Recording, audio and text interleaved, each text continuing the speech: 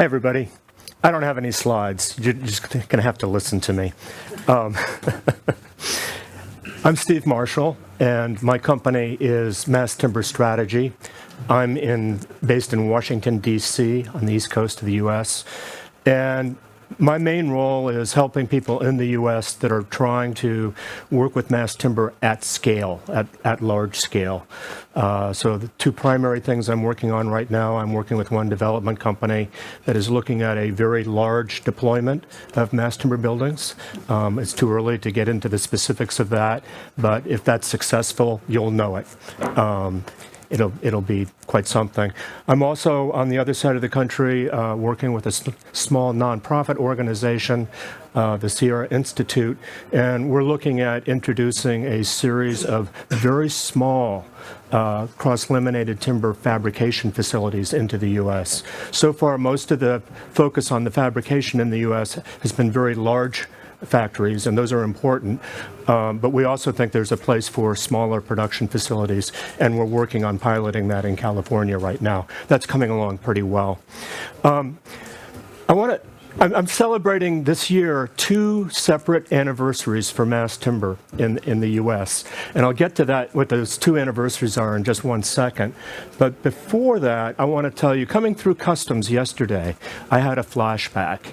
And it was several years ago, I was going through customs at Heathrow, going into London, and the guy asked me, "What are you here for?" And I said, "I'm here for work." And he goes, "Well, what's the work?" And I said, "Well, I'm coming to talk to people about wood." He goes, "Well, what do you mean?" And I said, "Well, wood construction and buildings." And he goes, "Wait a minute. Why would you come here? You're from the U.S. You build more wood buildings than anyone else in the world." This is the customs guy telling me this. And my response to him was, well, we've all got stuff we can learn from each other. And that's my message today, too. We've all got stuff we can learn from each other, and that's why I'm here.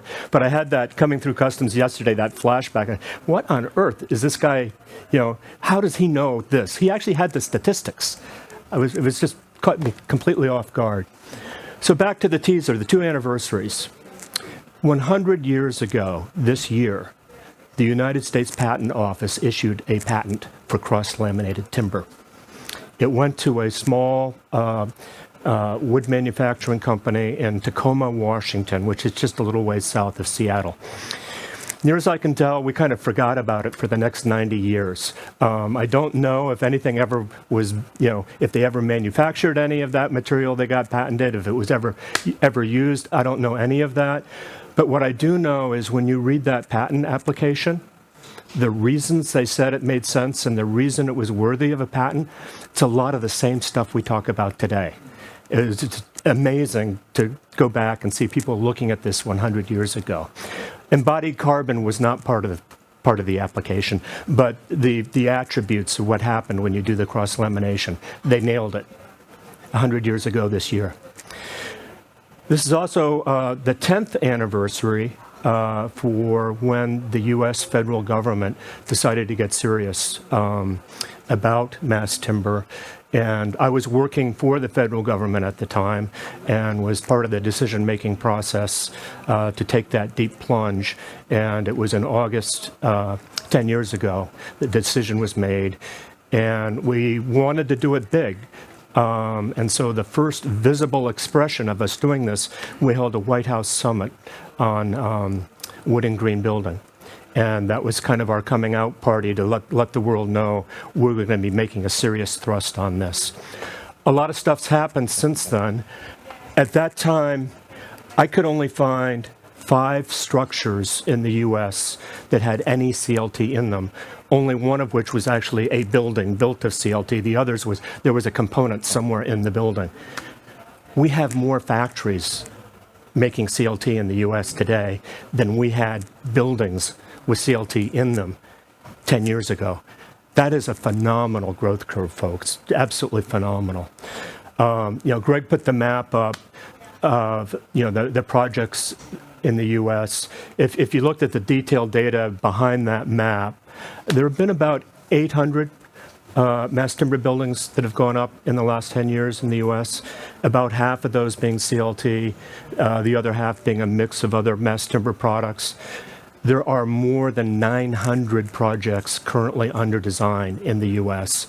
And as impressive as those numbers are, they don't tell the whole story because the projects are getting bigger too. So it's not just the number of projects, but the scale of the projects is changing. I'm sure many of you are familiar with the tall building in Milwaukee, 26 stories. That's big. Our largest building in the U.S. right now is a massive apartment building called Intro in Cleveland. It's a huge project.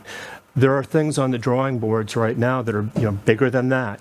So things are really clicking along. What's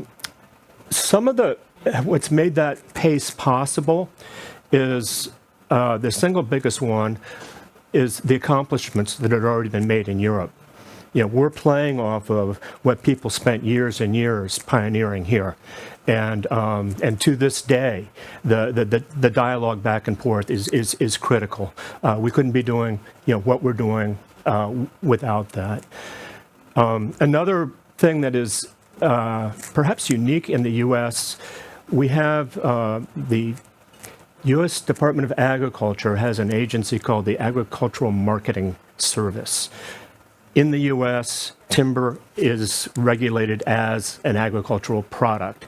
And so the AMS authorizes all the timber mills in the U.S. and in this instance in Canada as well to band together on a self-tax where the money can be used for research and education purposes. And as part of that education, this body, called the Softwood Lumber Board, this body pumps a lot of money into Woodworks, the organization that produced that chart that Greg showed. The main thing that Woodworks does in the U.S. is they provide free advisory services to people that are looking at using mass timber. So they have a staff of engineers and architects across the country where any developer can go in, and they still need to have their own architects and engineers, but they can be advised into the world of mass timber by this network all across the country, and that's free of charge by way of this self-tax that the timber mills are paying. And so I don't know of other examples like that around the world. Maybe there are, in other countries, but that has been a very powerful engine of learning for us in the U.S. Really quite something. The federal role in the U.S. has also been large. I was working for the federal government when I first got into mass timber. We did any number of things. The initial motive for the U.S. in getting into mass timber was not sustainable construction. It was not embodied carbon. It was the hazardous fuel condition that we had in the forest in the western states in the U.S., where for 100 years we've had a priority of putting out wildfires, and we're paying the consequences of that now. We have too many trees. And so it's sort of how do we deal with that condition on the landscape? How do we use more of this wood? And we were seeing mass timber as a way for some of that wood to pay its way out.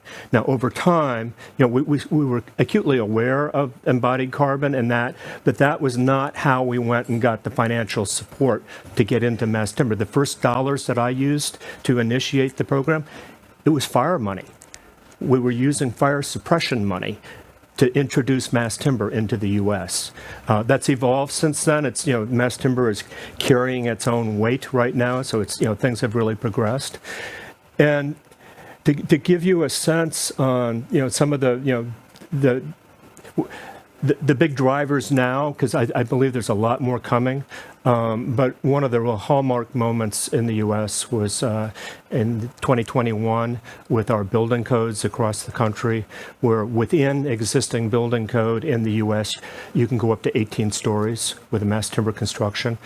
You can go beyond that, as the building in Milwaukee did, by using the provision in the code for alternate means and methods, but right prescribed in the code, you can go up to 18 stories, and that's made it so much easier. We have, I'll just say there are 10 and 12-story buildings that are planned all over the U.S. right now that would not have happened without that 18-story provision being in the code. Also, the Ascent project in Milwaukee, the tall one, I tell people that the most significant thing about that is not the fact that it's a 26-story building, but they just made doing a 10-story building in the U.S. a whole lot easier. Going back to the map that Craig showed, we're also at a point where in every state there have been mass timber projects now. So builders across the country now all know somebody that has done this. And I think that degree of familiarity is a hugely powerful thing. It's one thing when you hear about it, on the other side of the country or in a different country. It's another thing when the guy that you get together with a couple times a year to talk about business has done it. And so I'm expecting us to be doing a whole lot more than we're doing right now. Then you superimpose on that all the awareness that's happening right now with embodied carbon. And I think going forward in the U.S., that will be the big driver, and it will be an enormous driver. We're starting to see embodied carbon legislation at the state levels. There's been legislation that's passed in 3 different states so far, specifically talking about embodied carbon in construction. There's federal legislation that brings up the notion of embodied carbon. There's a lot more federal emphasis on EPDs and life cycle analysis, all of which flows into embodied carbon, all of which will support mass timber greatly. So the context that we have for going forward is truly extraordinary. And in the U.S., the forest resources that we have are truly substantial. So we're adequately positioned to support this growth domestically. We currently import a fair amount of material from Europe, and I have no doubt we will continue to do that.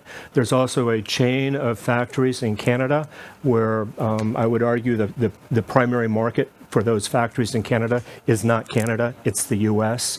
So yes, we expect more factories in the U.S., but we also expect we will continue importing. It's kind of the big picture.